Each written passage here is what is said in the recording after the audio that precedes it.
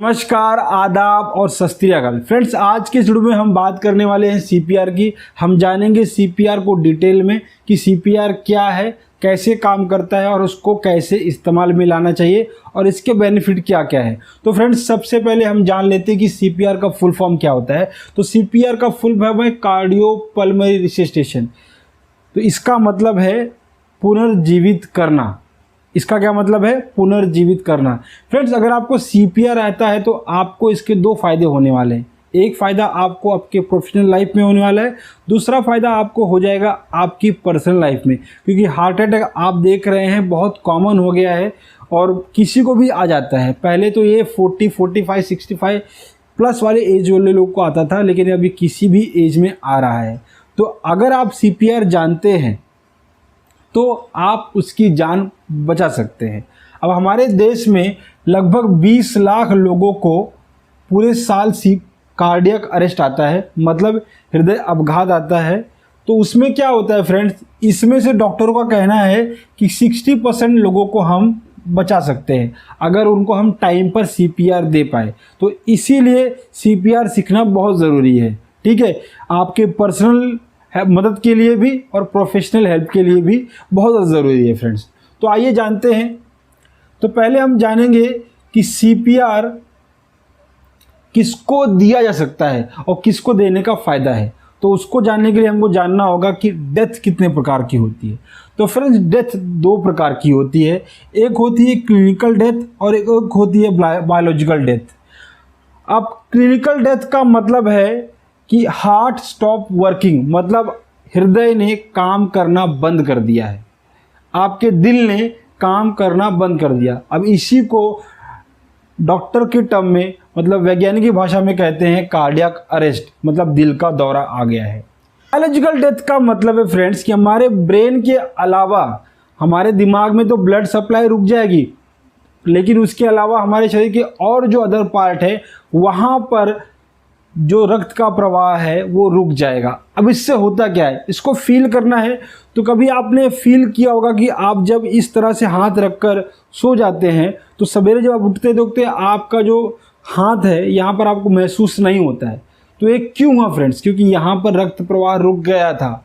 तो वैसे ही जब हमारा हार्ट काम करना बंद कर देता है तो हमारा ब्रेन और हमारे अदर पार्ट जो बॉडी के हैं, जो बहुत ज़रूरी है, काम करते हैं हमारे बॉडी को जीवित रखने के लिए, वो भी काम करना बंद कर देते हैं। उनकी हालत सेम आपके हाथ की तरह हो जाती है।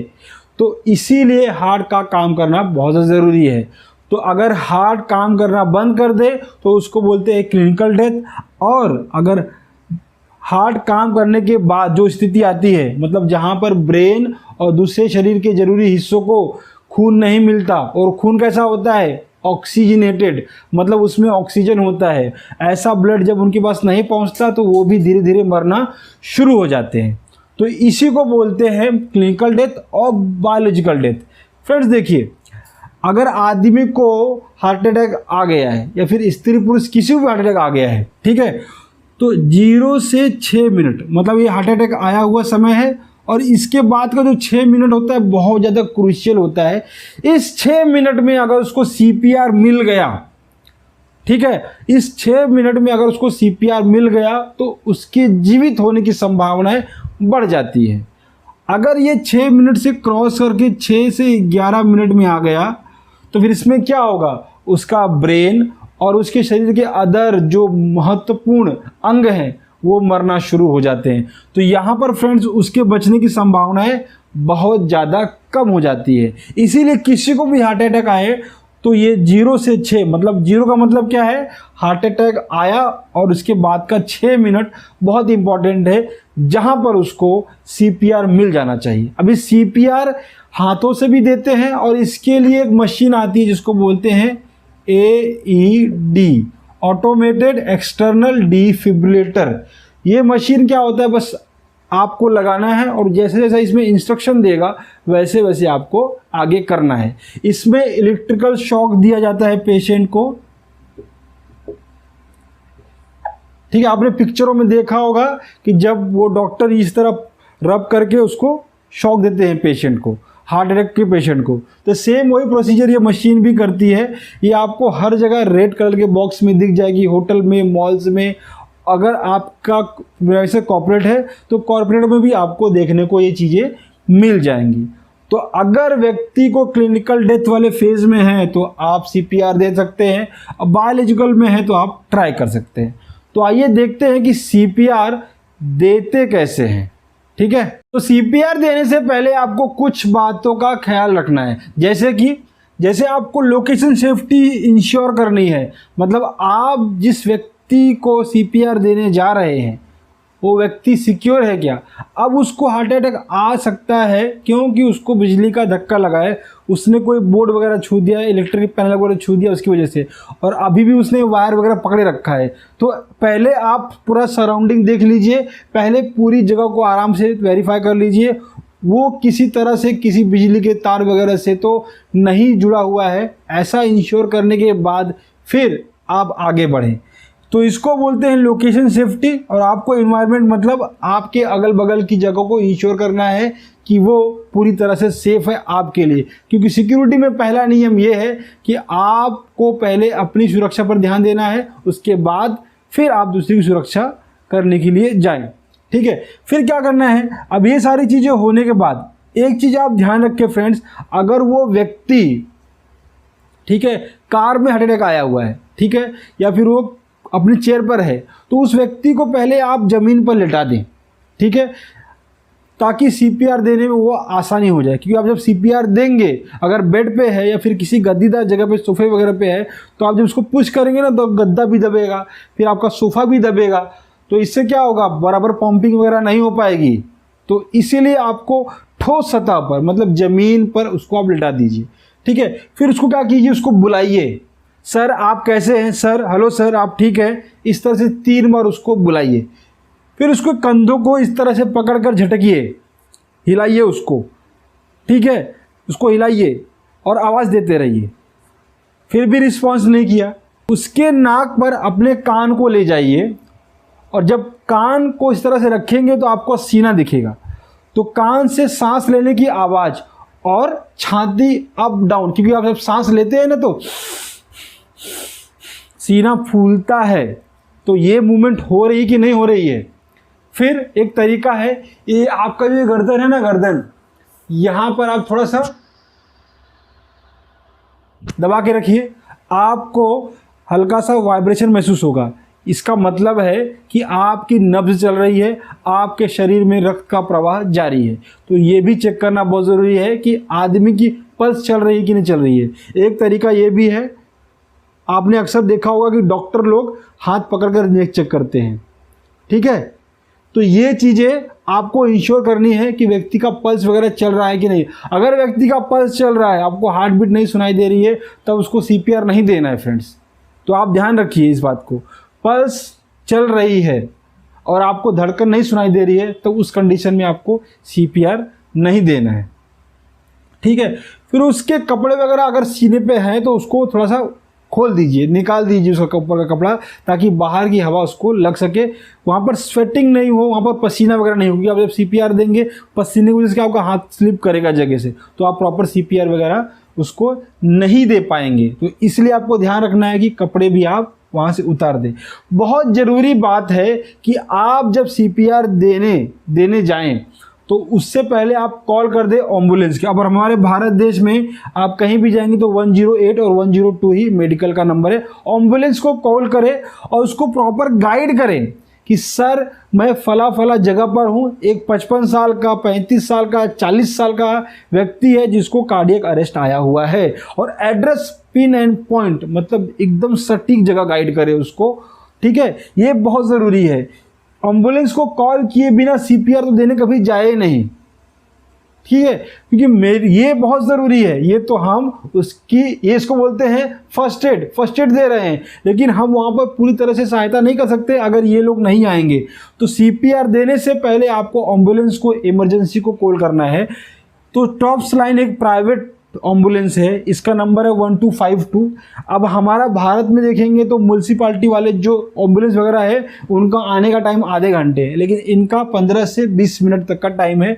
तो इनको भी आप कॉल कर सकते हैं। मेरे हिसाब से तो प्राइवेट को और दोनों को कॉल कीजिए, तो जल्दी आएगा उसमें आप उस व्यक्ति को लेकर जाइए। इतना सारा कन्फर्मेशन होने के बाद आप सेफ हो गए, कंफर्म होने के बाद पल्स नहीं चल रही है, कंफर्म होने के बाद, ठीक है, उसके कपड़े आपने शरीर से उतार दिए हैं, वो होने के बाद एम्बुलेंस को कॉल कर दिया है, ये होने के बाद फिर आपको सीपीआर स्टार्ट करना है। अब आपको क्या हो गया, उस कंफर्म हो गया है कि इस व्यक्ति की पल्स नहीं चल रही है और दिल की धड़कन वगैरह भी नहीं चल रही है, सांस भी नहीं ले पा रहा है व्यक्ति, तब आपको सीपीआर स्टार्ट करना है। अब सीपीआर कैसे देंगे, तो आपके जो शरीर में दिल है उसकी आकृति इस तरह से होती है। ये आप मुट्ठी बंद करेंगे ना, आपकी जितनी मुट्ठी की साइज़ है उतना ही आपकी दिल की भी साइज़ है, और इसी आकार में आपका दिल भी है। लोग कहते हैं कि दिल लेफ्ट में होता है, ये बकवास है, ऐसा नहीं होता है फ्रेंड्स। दिल सेंटर में होता है आपका जो हार्ट है वो एकदम सेंटर में होता है, उसका एक छोटा सा हिस्सा यहाँ पर होता है, इस जगह पर होता है, इसीलिए वो लोग बोलते हैं कि दिल लेफ्ट है। लेफ्ट तो दिल जो है ना वो लेफ्ट में है ना राइट में है, वो सेंटर में है, एकदम यहीं पर सेंटर में है। ये जानकारी बहुत महत्वपूर्ण है अगर आपको सीपीआर देना है, क्योंकि ये इससे ही आपको समझ में आएगा पंपिंग कैसे करनी है। तो फर्स्ट आप क्या कीजिए, अपने हाथों को इस तरह से बाइंड कर लीजिए। अब इसको बोलते हैं पाम हिल, मतलब जैसे आपके पैर की एड़ी है ना, ये हाथ की एड़ी है, इसको इस तरह से इंटरलॉक कर लीजिए, ठीक है। ये कुहनी है, आपका जो ये कुहनी है इसको एकदम स्ट्रेट रखें। अब इसको बेंड नहीं करना है पुश करते समय, ये एकदम स्ट्रेट। आपको कमर से यूँ झुकना है पंप करते समय, आपको बहुत ज़्यादा ध्यान रखना है इसके बाद। तो आपको कितना पंप करना है, आपको 30 बार पंप करना है और 2 बार मुंह से ब्रीथिंग देनी है, ठीक है। और इसको आपको कब तक करना है, 5 बार करना है। इसके बाद आपको क्या चेक करना है, पल्स, उस व्यक्ति की पल्स वगैरह चलना शुरू हुई कि नहीं, ठीक है। फिर अगर नहीं चल रही है तो फिर आपको फिर से वही प्रक्रिया करनी है, और ये तब तक करना है जब तक मेडिकल हेल्प नहीं आ जाती है। सीपीआर का कोई टाइम नहीं है, मैक्सिमम टाइम जो 45 मिनट्स का है। तो जब तक हेल्प नहीं आती तब तक आप सीपीआर देते रहना है, देते रहना है, देते रहना। फ्रेंड्स ध्यान रखना है कि जब आप कभी भी को सीपीआर दें तो एडल्ट है, मतलब व्यक्ति बड़ा है, तो जब आप प्रेस करेंगे ना तो कम से कम 2 इंच तक उसकी सीना नीचे जाना चाहिए, इतना प्रेशर डालिए। अगर वो मतलब किशोर अवस्था, ये मतलब अगर वो बच्चा है 1 से 8 साल की उम्र है उसकी, तो आप 1.5 इंच तक उसके पुश कीजिए, और वहाँ पर दोनों हाथ नहीं, केवल एक हाथ से आपको काम करना है। अगर नवजात शिशु है और सीपीआर दे रहे हैं तो 2 उंगली और केवल 1.5 इंच तक ही सीना दबना चाहिए, केवल 2 उंगली का। तो आपको ध्यान रखना कि आप सीपीआर किसको दे रहे हैं। एक बार रिपीट कर लीजिए, अगर वयस्कर व्यक्ति है जिसकी उम्र 18 साल से ज़्यादा है, ठीक है, उसको देंगे तो 30 कंप्रेशन 2 बार ब्रीथ देंगे, 5 बार साइकिल और चेक करेंगे। लेकिन जो कंप्रेशन देंगे वो कितना होगा, 2 इंच का होगा, और दोनों हाथों से देंगे। अगर उसकी उम्र 1 से 8 साल की है तो एक हाथ से कंप्रेशन करना है, ठीक है, और कितना इंच दबना चाहिए, 1.5 इंच दबना चाहिए। अगर वो छोटा बच्चा है, नवजात शिशु है, तो 2 फिंगर से उसको प्रेस करेंगे, ठीक है, और 1.5 इंच तक उसका सीना दबना चाहिए। तो अब ये सारी चीज़ें कहाँ करेंगे, तो फ्रेंड्स ये जो सीना यहाँ पे आपका दिख रहा है ना, ये इसको में एक यहाँ पर हड्डी आपको महसूस होगी, उसको बोलते हैं स्टर्नम। तो स्टर्नम पर जस्ट अपने हाथ को यहाँ पर रख दीजिए, इंटरलॉक कीजिए और पुश करना स्टार्ट कीजिए। और ध्यान रखिए कि जब आप पुश करें उसके सीने पर पंप करें तो आपकी ये कोहनी इस तरह बेंड नहीं होना चाहिए और आपको कंधे झुके नहीं होने, ये इतना स्टिफ होना चाहिए, मतलब ये इसमें कोई मूवमेंट नहीं, सिर्फ नीचे यूं प्रेस होते हुए आपको आपके बेंड कमर से झुक के प्रेस करते रहना है। अब इसको मैं प्रैक्टिकल करके आपको एक दूसरे वीडियो में दिखाऊंगा कि आपको कैसे ये चीज़ें करनी है। फिलहाल आप यहाँ थियरी में समझ लीजिए, क्योंकि ये थियरी आपको काम करने आने वाली है जब आप प्रैक्टिकल करेंगे। तो आपको 30 कंप्रेशन करना है, 2 माउथ ब्रीथिंग करनी है। और एक बहुत इंपॉर्टेंट बात, जब आप कंप्रेस करेंगे उसका सीना दबाएंगे तो वो जो कंप्रेशन है ना वो 1 मिनट से 100 से 120 होना चाहिए। आपको इतनी तेज़ी से कंप्रेशन करना है, ठीक है। और आपको 2 ब्रीदिंग देनी है 30 कंप्रेशन के बाद। उसके बाद ये 5 बार करना है आपको। उसके बाद आपको चेक करना है पल्स वगैरह चालू हुआ कि नहीं चालू हुआ तो फिर से कंप्रेशन शुरू कर दो। फिर यही आपको प्रक्रिया कंटिन्यू रखनी है जब तक ये एम्बुलेंस वगैरह आपके पास पहुँच नहीं जाती है। तो इस तरह से अगर आप CPR देते हैं तो आप अपनों की और साथ में दूसरों की भी जान बचा सकते हैं।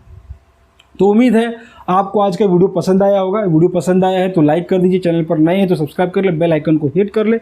बेल आइकन को जरूर हिट करें ताकि मेरे वीडियो की सारी नोटिफिकेशन आपको सबसे पहले मिल सकते हैं।